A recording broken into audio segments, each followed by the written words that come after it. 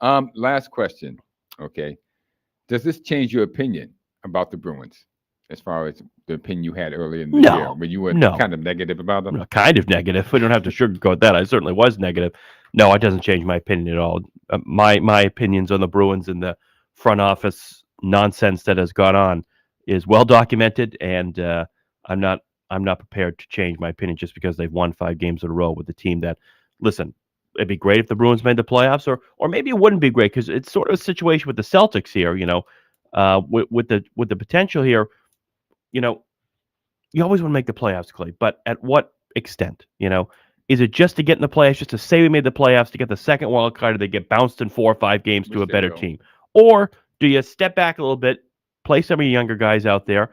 You don't want to say tank because No. nobody's ever going to admit, yeah, we tanked. You can't do that. Um, and do you position yourself for a higher draft pick? So as the season goes on, if the Bruins continue to play like they're doing right now, then sure they got an absolute opportunity to make the playoffs and maybe make a run. I'm no way near saying that, but Okay. Okay. So you basically have the same opinion that they have not done enough. oh yeah, my opinion hasn't Okay. changed at all. I don't think this team on paper is equipped to win a Stanley Cup. There's no I question don't about it. think I don't think they're equipped to go into the second round of the playoffs, which is going to bring me to answer the 3 questions that I asked you. How are they doing?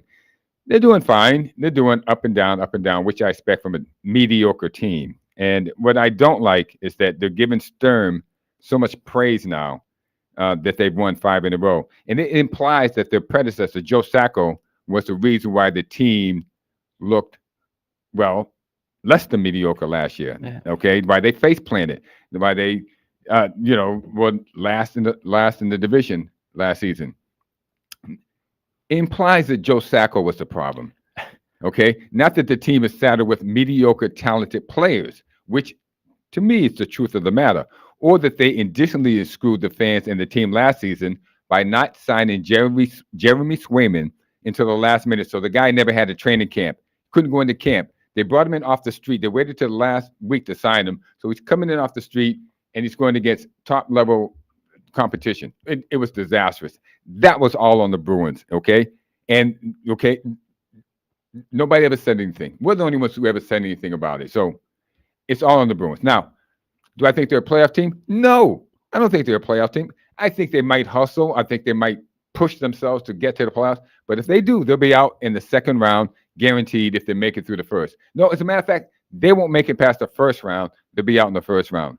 And does this change my opinion? Obviously not. This is the way I felt about them in the beginning of the season. They didn't do any changes or bring in anybody of any talent in order to change their opinion that they were going to be different from last season. So here we are.